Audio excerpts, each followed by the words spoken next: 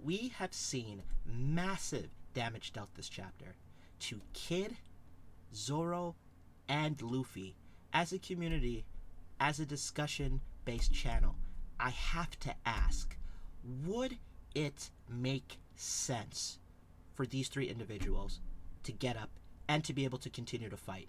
Narratively, from what we know so far, would that make sense? What is up, people? It's your boy Astro here with another One Piece discussion video. Thank you to all the new people that have viewed my content, liked it, said nice things, and have subscribed. If you have not subscribed already, please subscribe for more discussions, theories, and other good anime goodness and reviews on this channel. And also check out my new channel, Shonen Catch Up, where we give you the best in shonen news every single Wednesday or Thursday. So I'll put a link to that in the description. Otherwise, let's get into this theory. So I know a few people have been talking after One Piece chapter 109, or I should say 1009, and it was an amazing chapter. Like, it was actually one of the best chapters of One Piece I have read in a really long time, and it has made me very excited.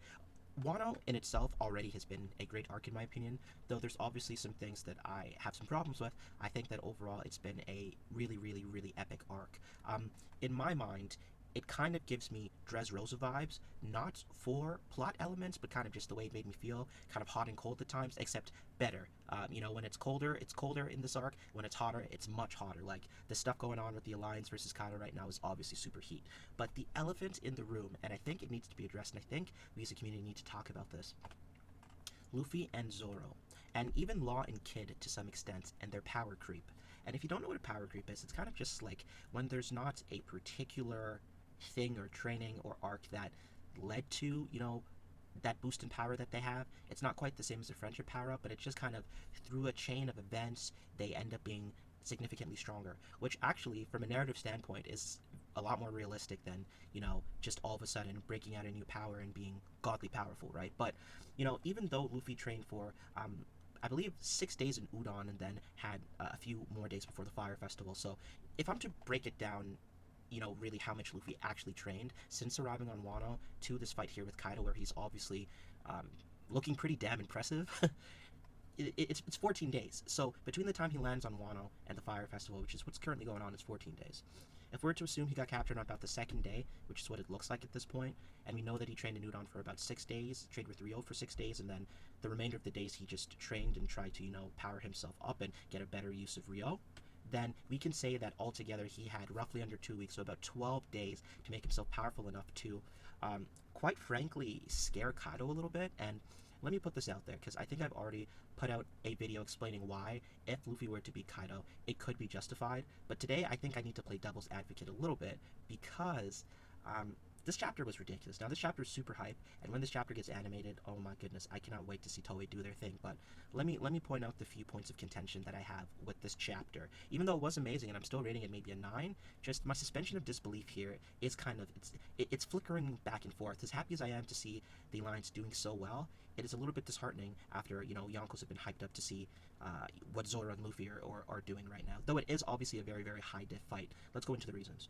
So, Luffy, if we look back at Whole Cake Island, at this point, if we compare the damage that he sustained from Katakuri to the damage that he sustained from Kaidou in the second bout, because the first match, Kaidou tanked everything, and he basically just one-shot Luffy. In the manga, that's what it was. Luffy in Gear 4th, mind you.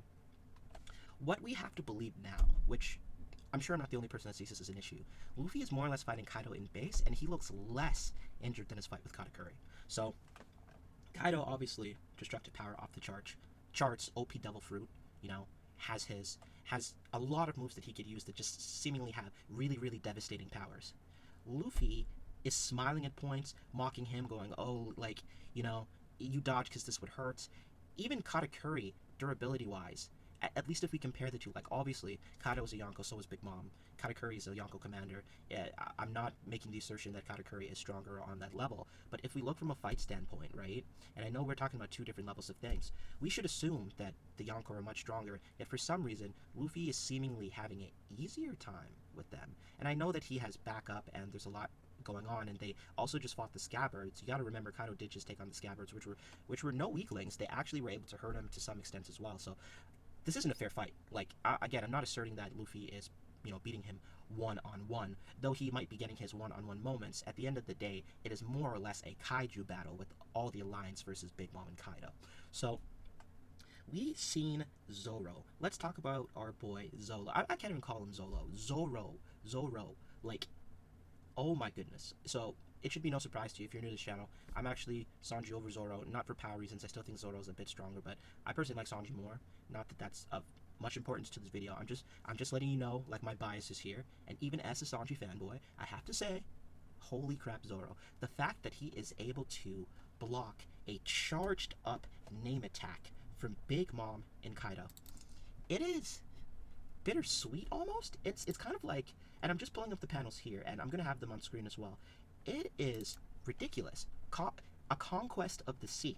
A conquest of the sea. This move looked so goddamn destructive. And Zoro, as much as I hate to say it, he basically... Some people are going to get mad at me for saying he tanked it. But the fact that he was able to block this attack for a little bit and to basically negate a lot of the damage that this was going to do to himself, Luffy, Law, and Kid, even in the Viz translation, it is a feat. That is a friggin' feat if I have heard it. Literally. That was one of the coolest moments I've ever seen. When I was reading the chapter and I saw him do that, I'm literally thinking to myself, no friggin' way. I'm not one of those people that just because I like Sanji better, I think that Zoro's a weakling or blah blah blah. I know that Zoro's he's a great running character in the story. His powers are epic. I like his moves too. I actually like both of them.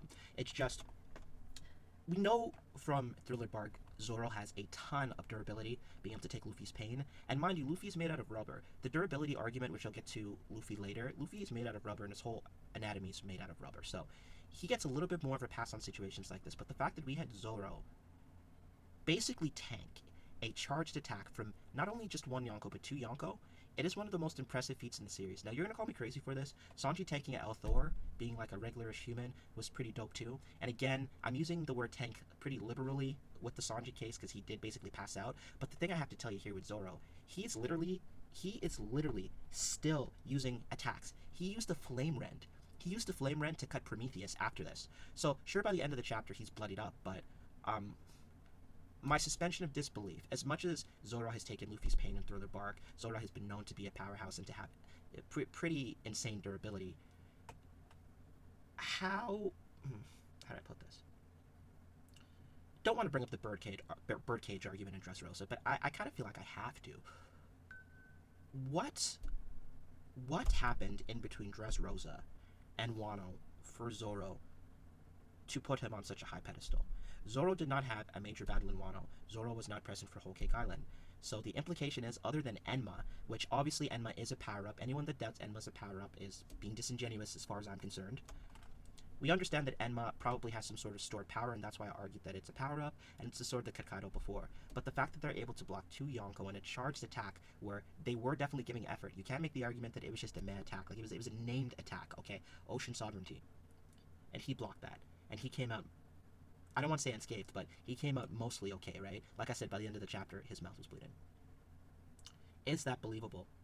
From the guy that basically could not deal with Doflamingo's birdcage. Now again, that's talking offense versus defense, but that is one of the best defensive feats, durability feats we've seen in the series. And time again, the durability feats are coming from either Zoro or Luffy, so this is not too off-brand for Zoro. However, have we perhaps gotten too close to the sun with this one? Have we flew up a little bit too high here with allowing Zoro to do something like that and still be able to be effective? Like, in later chapters, we don't know what's going to happen. We don't know if he's going to open his eye like a lot of people theorize. But what...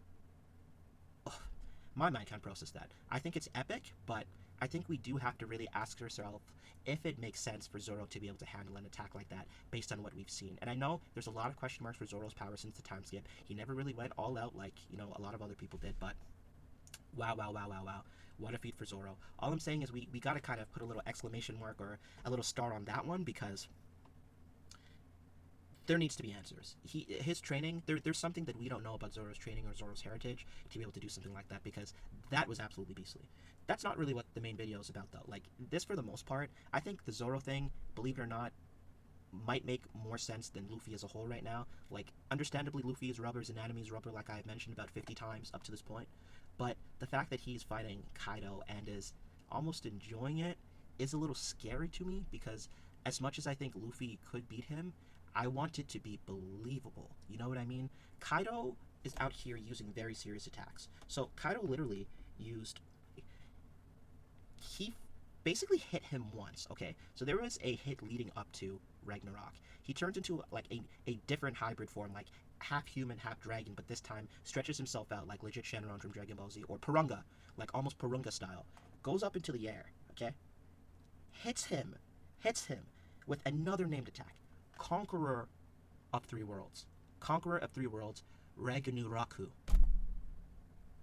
If Luffy gets up unscathed from an attack where Kaido's clearly using Haki, he's clearly aggravated, he's clearly using effort, and he knows that Big Mom is currently in peril, if Luffy gets up and tanks this, I will have to call bullshit. I will have to call bullshit, and I don't write the series, man. I just read the series, and I still love the series, but I appreciate how realistic One Piece is in its story, in its fights, you know, for the most parts. As realistic as a boy made out of rubber and, you know, devil fruit magic powers, right? But it would be unacceptable because it hasn't happened yet. It would be unacceptable if Luffy tanks that attack without a serious injury. Luffy needs to be injured, or he needs to be prompted to enter another gear, because the fact that he was one-shotted in Gear 4th, and in the course of roughly 12 days of training with new Haki, which again is basically what you need to be able to hit Kaido, and Luffy already had the base training to make, you know, the most out of those 12 days, it is going to be very tough for me to swallow that Luffy is going to tank an attack like that. And the reason that I have to post a video like that is because that's not something I think we could just turn a blind eye to if Luffy really just tanks an attack like that, because he's facing, you know, arguably the strongest creature in the world right now, and this creature is trying to knock him out or to kill him or whatever, right? And if he just casually gets up from this, it's going to put a bit of red flags in my mind, because it's like, okay, this is just the beginning, we're going to see some nonsense. And I don't doubt that this arc's going to end in an amazing way, I don't doubt that I'm going to be super hype, but I have to keep it 100 with you guys, and I think as a community we need to keep it 100 too. We're very critical of other series, we're very critical of other fights. I know One Piece isn't all about the fights, but like, realistically, I'm expecting to see injuries. At least we have Zoro kind of coughing blood, which is why I'm saying his situation at least makes a little bit more sense narratively from what we've all seen. Again, I will say for the last time, Luffy's made out of rubber, I understand that, please don't tell me in the comments about that, I know his durability is nuts. However, he's facing one of the strongest people in the world, that was a deadly attack, not only did he get hit once before that, but Kaido basically charged up, became Purunga, and came back as hybrid form, full force, slammed him into the ground with Haki and his club. He did much less than that and knocked out a Gear 4th Luffy. That is, if you take nothing else from this video, he did much less than that, less than about 2 weeks ago to a Gear 4th Luffy, less than 2 weeks ago, and knocked him out. So now I have to believe that Luffy in base, with, I guess, Rio, is stronger than Gear 4th. Which is possible, but I don't know why we needed to rush this. Like, again, this is giving me like Naruto Sage Mode vibes, where he basically learned it in, what was it, like a week or something, and then basically from that point onwards he just didn't lose, and I'm hoping that that isn't what happens with this story, because that would be very disappointing, because how are we supposed to fear somebody like Akainu, really, if he's faring this well against Kaido? You know what I mean?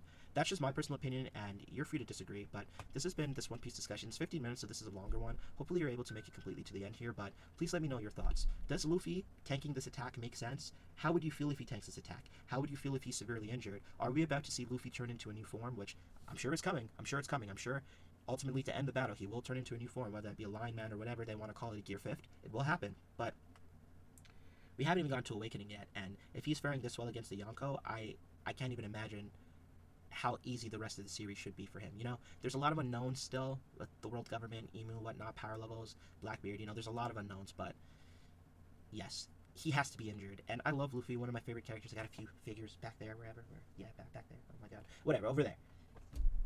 I love Luffy, but let's keep this at least a little bit realistic here. My hope is that we will see a realistic response to an attack like that, okay? I'm ending the video on that note. If you enjoyed the discussion, if you agree with me, let me know. Again, hit that subscribe button. We're trying to grow this channel. And again, weekly Shonen news. Check out Shonen Catch Up. I will put a link up in the cards at the end of this video. Again, this has been your boy Astro. If you enjoyed this video, let me know. Peace out.